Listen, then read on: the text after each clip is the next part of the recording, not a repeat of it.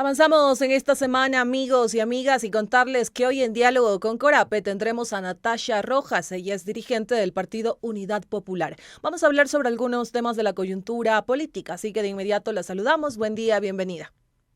Muy buenos días, un saludo a usted y a las personas que escuchan y nos miran a través de las redes sociales. Muy amable.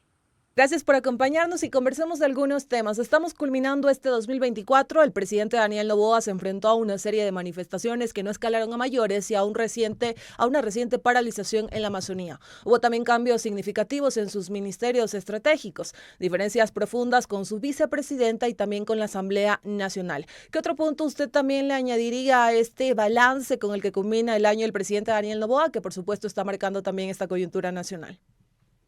Tenemos un presidente de la República que no ha resuelto los problemas del pueblo ecuatoriano, que se caracterizó por mentiras permanentes, en señalar unos aspectos en la campaña electoral, pero ya en el ejercicio del poder hizo totalmente todo lo contrario.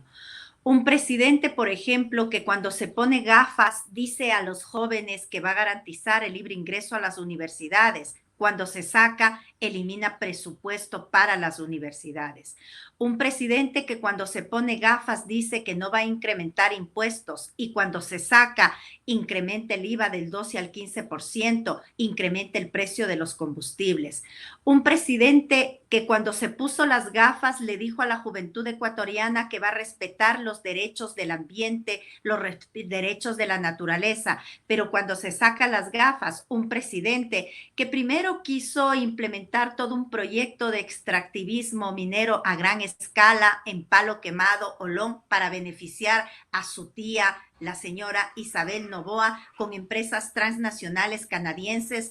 Luego quiso, violentando la normativa jurídica, implementar un proyecto inmobiliario en la zona de Oloncito, en la costa ecuatoriana, y, como hemos visto permanentemente, buscar aprovecharse de los recursos del pueblo ecuatoriano para garantizar sus negocios de carácter personal.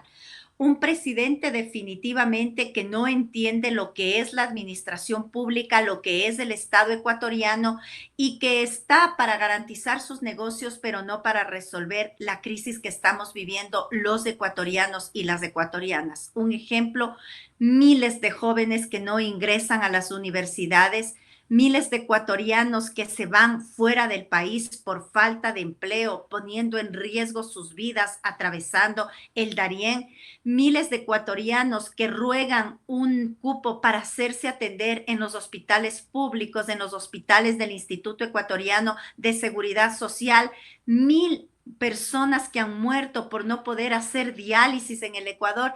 Ese es el balance que nos deja el presidente de la República en el tema de carácter social.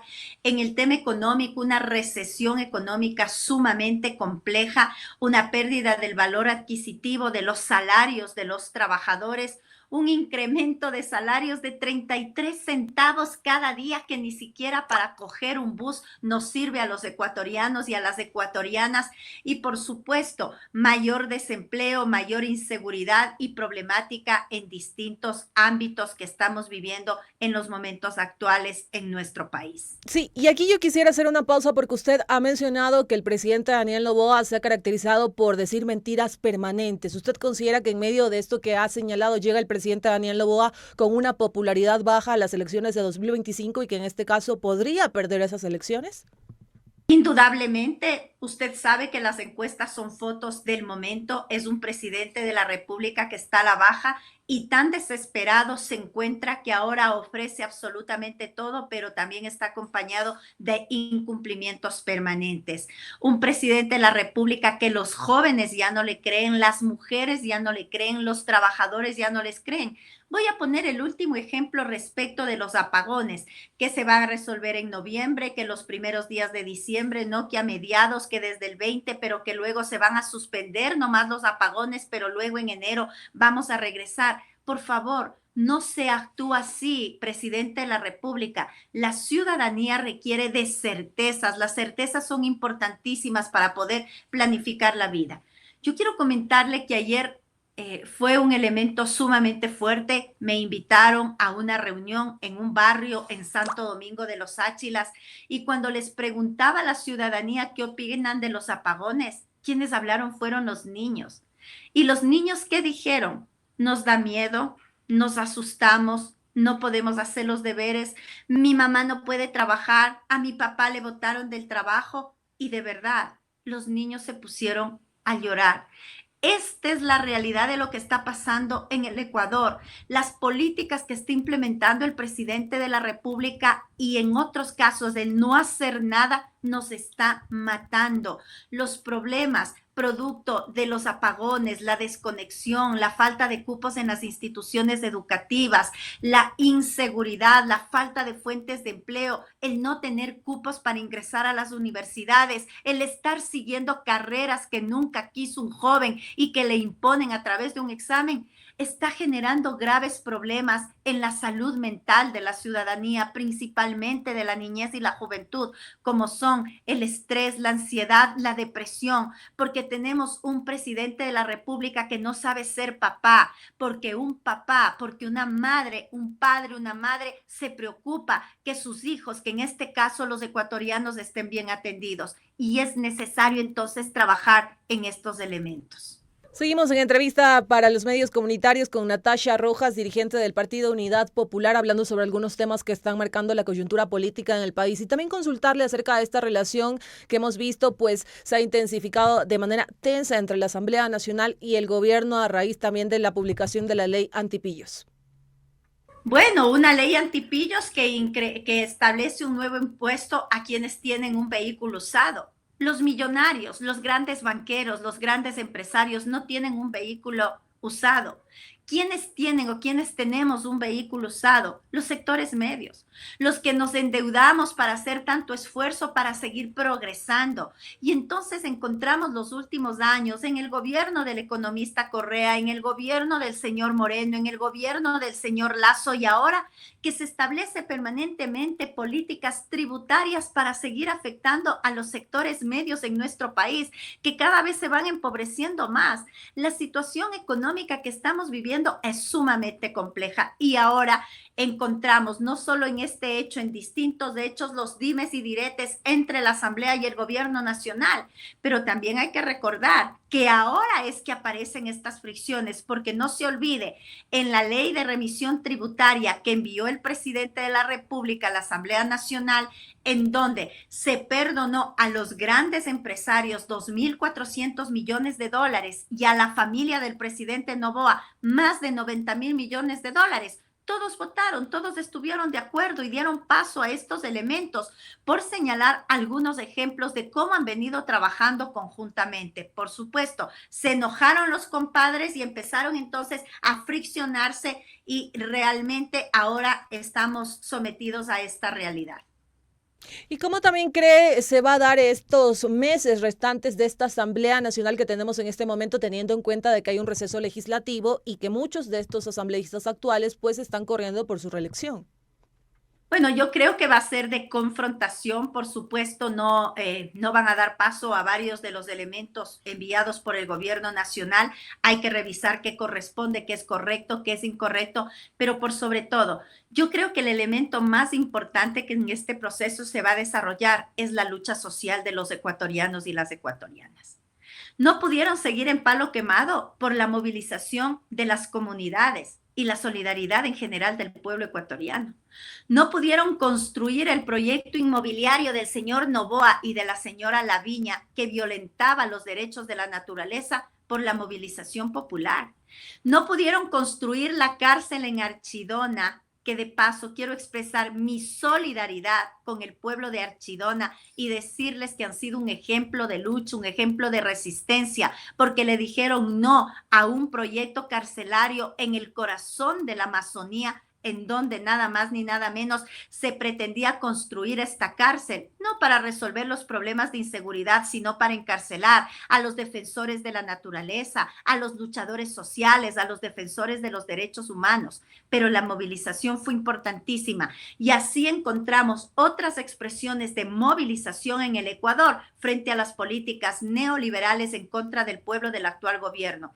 Y por ello, yo creo, más allá de los temas de carácter electoral, que aquí lo más trascendente e importante en este momento es hacer un llamado a la unidad y a la organización, al fortalecimiento de estos procesos en nuestro país para enfrentar la aplicación de las políticas neoliberales que está desarrollando este gobierno. Y en mi calidad de candidata al Parlamento Andino por las listas 2 de la Unidad Popular, el trabajar profundamente por la integración del Ecuador en los ámbitos económico, comercial, en el ámbito de la integración de los pueblos de Colombia, Ecuador, Perú, Chile, Bolivia, para defender la naturaleza, para establecer nuestra oposición y que se declare una zona libre de explotación minera a gran escala a esta región tan importante del mundo, a trabajar para que salgan las bases militares de esta zona y que en el Ecuador no venga ninguna base militar extranjera que busque el control de los recursos naturales y el control geopolítico y militar del Ecuador, así como también. Sí, aquí también algo que quería consultarle. Usted ha hablado de esta lucha social, de estas manifestaciones. ¿Considera que tal vez se van a intensificar en este 2025 en comparación también con lo que hemos visto en 2024? Que, como le hemos señalado, pues hemos visto manifestarse a pacientes renales, a estudiantes, a sindicalistas. Pero ¿cómo cree que sea también esta lucha social en 2025? Como dice nuestro pueblo, no hay mal que dure 100 años ni cuerpo que lo resista. Existe inconformidad en el pueblo ecuatoriano, existe desesperación. Lo que hizo este gobierno con los acólitos que están alrededor de ellos es aplicar lo que Naomi Klein establece, la teoría del shock. Se aprovecharon de la desesperación de la ciudadanía que salió de una pandemia, de la desesperación del crecimiento de la inseguridad y de la crisis económica para aplicar políticas en contra del pueblo. Incrementaron el IVA a nombre de enfrentar la inseguridad y no han destinado un solo centavo para esta circunstancia. Incrementaron el precio de los combustibles bajo el discurso de que se va a invertir en educación y en salud y no tenemos ni infraestructura en las instituciones educativas, pero tampoco tenemos médicos y tampoco tenemos medicinas en los hospitales. Yo creo que la movilización social se va a profundizar. Existen expresiones importantes ya de distintos sectores y, por supuesto, no nos queda a los pueblos del Ecuador otro mecanismo que la lucha y la organización acompañada de un gran proceso unitario. En esta entrevista con Natasha Rojas, dirigente del Partido Unidad Popular, y también consultarle cómo ve usted esta situación que está ocurriendo con la vicepresidenta de la República, Verónica Abad, que también en este caso se encuentra en un proceso de acción de protección a su favor. Es un proceso de ajustes de cuentas del presidente de la República con la señora Verónica Abad. Si usted me dice qué opina de la señora Verónica Abad, yo creo que tuvo intervenciones realmente equivocadas respecto de las mujeres, respecto de los derechos de los pueblos a la educación, a la salud, al bienestar social. El único responsable de que tengamos esta circunstancia es el señor Daniel Noboa, porque él le escogió como binomio, él le presentó como su vicepresidenta a los pueblos del Ecuador. Pero por supuesto es víctima de todo un proceso de conspiración y de violencia política sistemática por parte de un presidente de la República que ha demostrado ser machista, misógino y patriarcal frente a las mujeres que tienen criterio, frente a las mujeres que cuestionan su gobierno, frente a las mujeres que critican su accionar como presidente de la República en el país.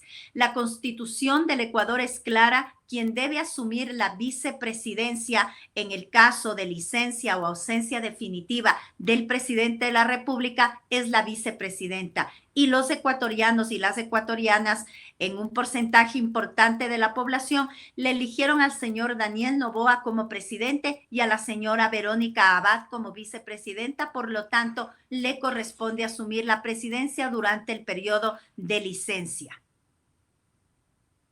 Estamos llegando a la parte final de esta entrevista con nuestra invitada, así que le agradecemos por su tiempo para los medios comunitarios de Corape. Gracias por acompañarnos en esta mañana. Muchísimas gracias a usted, a la ciudadanía, por haberme escuchado, y solamente señalar como mensaje final que requerimos de la unidad popular para defender la soberanía, de la unidad popular del pueblo para defender los derechos de los campesinos, de los indígenas, de los maestros, de los estudiantes, y de la unidad popular del pueblo para lograr un país en mejores condiciones para todos y todas, un país con empleo, un país con seguridad, un país que respete los derechos del ambiente y, por supuesto, un país que garantice educación, salud y políticas públicas para todos y todos. Un lindo día. Un excelente resto del día. Gracias por acompañarnos, amigos y amigas. Seguimos informando a través de los medios comunitarios de Corape. Quédense junto a nosotros.